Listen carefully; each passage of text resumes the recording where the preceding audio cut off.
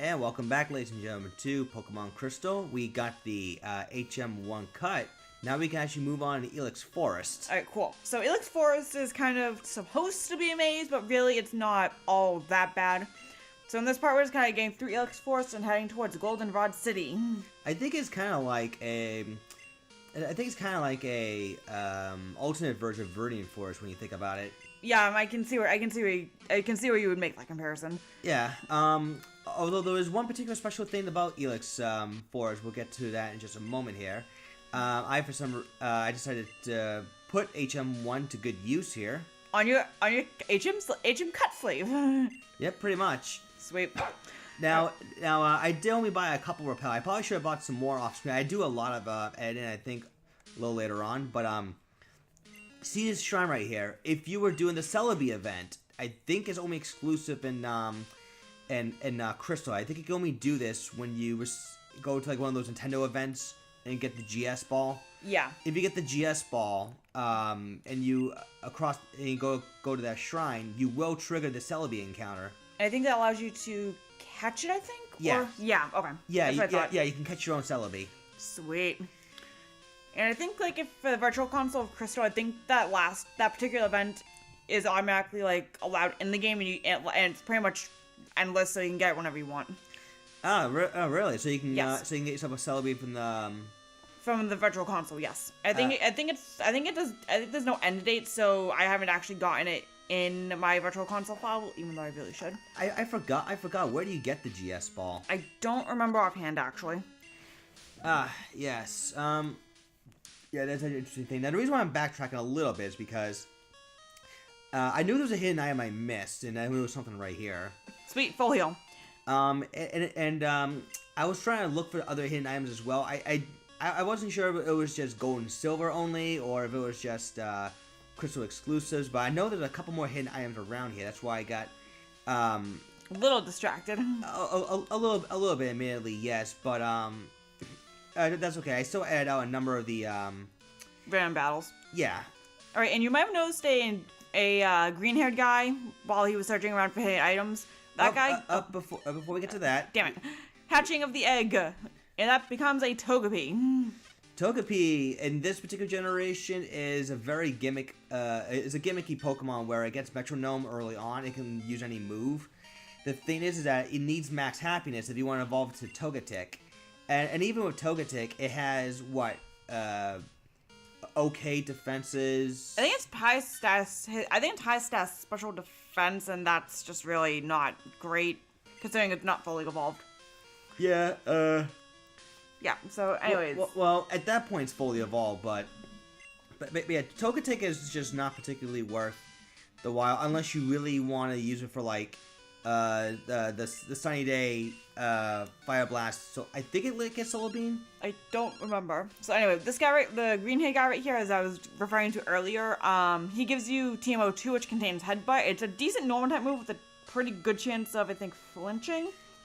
You can also use Headbutts to knock Pokemon out of trees while they're sleeping, which is pretty cool. So you can catch some common Pokemon like Sleeping Spearows or Sleeping Pidgeys or Sleeping Noctowl. Actually, you can catch a Noctowl during the day if you headbutt a tree. Yeah, and I think in Azalea Town, right behind Kurt's house, if you headbutt some couple of trees back there, you can even catch a Pinsir or a Heracross. I think it's Heracross. Yeah, it's Heracross. It's Heracross. Yeah, in this forest, if you're lucky, you can find Execute and what was the bug type that evolves into Fortress? Pineco. Pineco, thank you. Yeah. Yeah, that was it. Well, I do catch another HM slave here. Psyduck. Psyduck in this generation, it becomes Golduck. It's an average mixed attacker at best. Yeah, and oddly enough, even though you think it would be a pure Psychic type, you would think it'd be this part Psychic type because it gets like Confusion and Psychic. It does not. Is actually just a pure Water type. Yeah, I think that's reference to the anime where Psyduck gets the headaches. But with his headaches, his psychic attacks become much more powerful. Which is weird, but we have to roll with it. It's Pokemon. I mean, in Pokemon Stadium 1, I think if you get every single Pokemon in the Pokemon Hall of Fame, and we're counting like all 150, I think 150? I don't know if you have to include Mew or not, but you can get a side up with Amnesia. Okay, that's actually not bad for that game. For Gen 1, yeah. And if you transfer to Gen 2, all it gets is just a massive special defense boost. Oh my god, yeah. Making it pretty much worthless. Anyways, so this is side up right here. And you're going to be using it, I think, for Rock Smash, I think? I'm going to be using it for a bunch of HMs. Yeah. Particularly mostly the water HMs. Yeah. So what are you nicknaming this thing? Well, it's a female duck. I can think of one female duck. Okay, this is... Oh, okay. I think I know where you're going with this. Yep, knew it. Yeah. Oh my god. Not that Daisy you're thinking of. No, I know which Daisy. Once I saw that one, I knew which Daisy it was right off the bat, actually. I know. Hooray, Disney reference. Yay, Disney references. Alright, anyways, so you're going through here, and I don't think there are any trainers in this area. There is one, but that's a very optional trainer. You don't have to fight him at all. Sweet. Yeah, I think for some reason I just I got confused with what that last hidden item was. I think it was because the area for me anyways, because I haven't played this game in a while. It kind of blended in for me at first, but then I had to think, wait a second. But only, like I said, I do add out the random encounters. Sweet. So that's an ether right here. Ethers pretty much restore one of your Pokemon's moves by 10 PP. Yeah, pretty much. Kind of like refilling your MP in Final Fantasy. So it's the same concept, but like unlike in Final Fantasy, PP restoring items you cannot buy in Pokemon, so you kind of have to get lucky unless you have unless like you were playing in Gen 3 and you get Lepa Berries, which is still not great, but... I was about to say, I was going to say, when do you get the Lepa Berries, but then you said Gen 3, so that pretty much answered my question. Yeah, I was getting to the Gen 3. Yeah. Alright, Yeah, again, I apologize for all this wandering around, because I just didn't quite, I thought I was going crazy, but then I had to reinvestigate. I don't know why I didn't cut this out. Oh, whatever. I guess it just speaks to, just how confusing this area can be if you either have not played this game before, or if you're him, have not played it in a while. Well, for me, it's not so much getting out of the area. I can get out of the area just fine. And I think my issue was, where was that, last hidden item? Yeah. Oh my god. And I finally found, like, oh, of course, it was right there. Yeah, right in front of your face. Of course, if you didn't have a guide, your best bet was to use the actual item finder, which I think, yeah, because this was the game that also had the gimmick of, if you caught a certain number of Pokemon, you get items. Sweet. At least I think so. Or was it just in Gen 1 they did that? I think it was just in Gen 1, actually, now that I'm thinking about this more. Because in Gen 1, you can, if you caught like a certain number of Pokemon, you get HM05, which is Flash. Sweet. Then your next item would be, I think, the item finder, and then I think after that is the experience share. Nice. Which in Gen 1 to me is not that useful. Yeah. Because what that does is, I think it divides the entire party. It's not a held item, mind you. What that does, it divides the amount of experience you get depending on how many Pokemon's in your party. So say if you have a full team of 6, the amount of experience you would normally get divides by 6. Yeah, just kind of annoying. So, anyway, the girl down that building right there, the one with the Butterfree, she gave you TM12 Sweet Scent. Sweet Scent allows you to just attract Pokemon easier and out in the field, and in battle just lowers evasion. Yeah. Yeah, not particularly useful, but it is what it is. Yeah.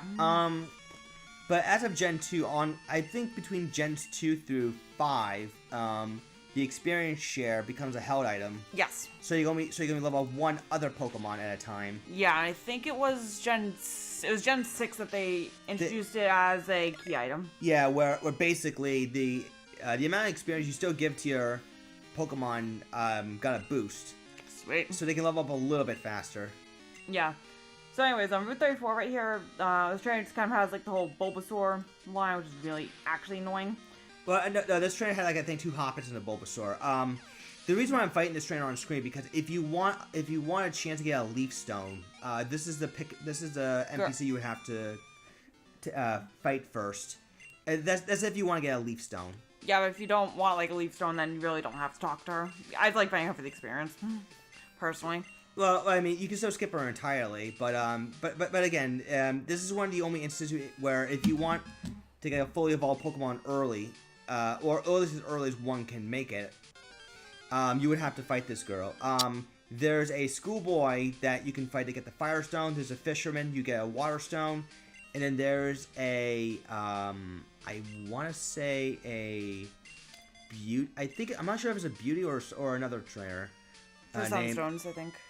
No. I forgot the name. I forgot the name of the trainer class was, but it's another female class, and she can give you a thunderstone. Okay. It's the one on the way to Olivine City. Yeah.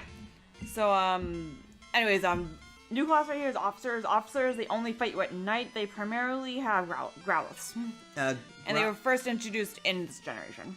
Right. So, but if you talk to them during the day, they won't fight you at all. Yeah, you have to. If you want experience, you have to fight him. You have to fight them at night.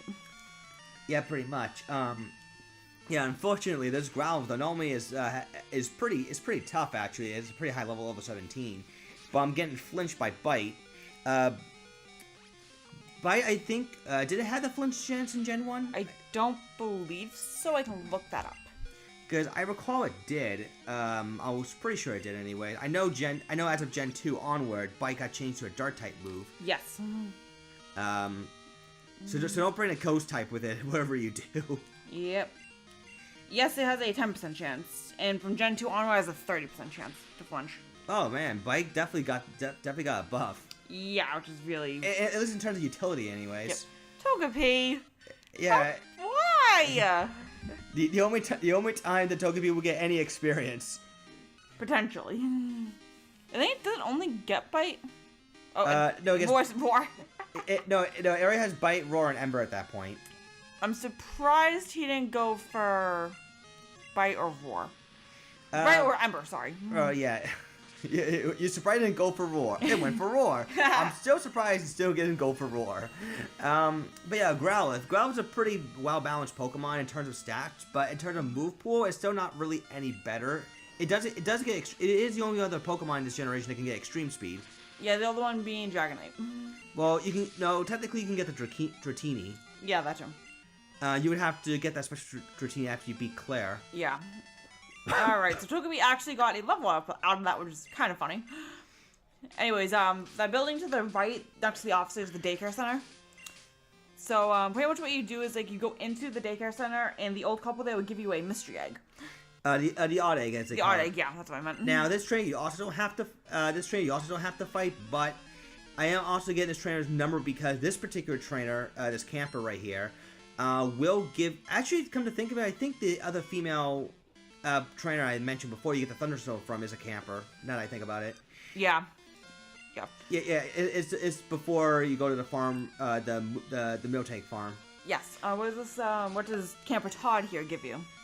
He will let you know when there's a discount going on in Goldenrod City. Sweet. So you get to spend money without spending more than you. So if there's a sale going on in Goldenrod City, he'll tell you all about it. And then if you ever want to buy anything after that phone call, you can probably do so. You are free to do so.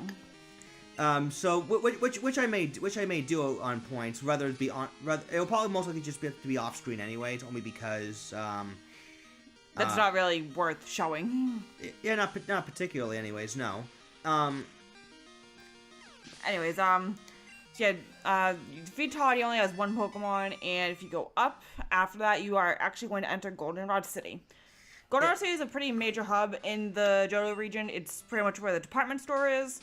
You also get a couple of gifts in there too, but we'll get to those when we get to those. Yeah, it's basically the new Celadon City. Pretty much, but it's really good, and you're going to be coming back here quite a bit during your adventure, so be prepared for that. It also has its own little TM shop, which at this point actually it's actually pretty decent TMs. Sweet. So I'm going to heal. Cutting. All right. I'll go to my game corner. I visit the game corner. I think the next part. Yeah.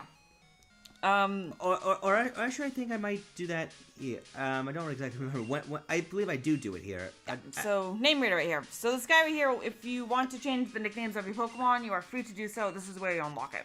I'm sorry. Let me correct myself. I do it in the next video because I believe I remember doing that. Yeah. I also remember, oh yeah, now I remember what I'm doing here. I decided to give the Toadette a nickname because, like I said in the beginning of the playthrough, I didn't think to give it a nickname back then when I saw it was a female, and I thought, I'll give it a try. I didn't even realize it was female. Well, What did you nickname it? Tidalia. Tidalia? Okay. I was trying to look up a female aquatic nickname because it was female, and I thought, and when I looked it up, I thought that sounds pretty decent name, I guess. Cool. So going back down to Route 34. Is this where you enter the daycare? Yes. But before we do enter the daycare, we're gonna find one more hidden item that's actually around here. Huh. Oh, soup potion. I didn't even realize that was a hidden item. Works for me. Now you know. Yep, now you know, in case you ever want to play Crystal again somewhere down the line. I also decided to use the PC here because I am going to be adding a new team member based off the odd egg. And there's actually one Pokemon in particular I'm looking for based off that odd egg. Sweet. So we'll find out what that is when it actually hatches. Yeah, which actually would be about a minute from now. Okay, nice. Because yeah, you don't want to see me walk back and forth. About like 5,000 steps. or so, yeah. And this is why I save here. Now, here's a little thing. If you're looking for a particular Pokemon, you want to save before you receive the odd egg, because once you receive the odd egg, the odd egg, excuse me, it's locked into whatever mon you get. Exactly. However, there's a benefit to this. There's a 1 in 6 chance that Pokemon can be a shiny. Which is pretty crazy considering how the odds usually are. In the Japanese version of the game, you have a 1 in 2 chance of getting a shiny. Oh my god. Now, the baby Pokemon can be Magby, Pichu, Tyrogue, Igglybuff, Cleffa, Elekid, or Smoochum. Sweet. And after a few minutes of walking around, you finally got the Pokemon. Yep, so that's hence why the sudden jump cut right there. Yeah, how many, did you have to soft reset at all?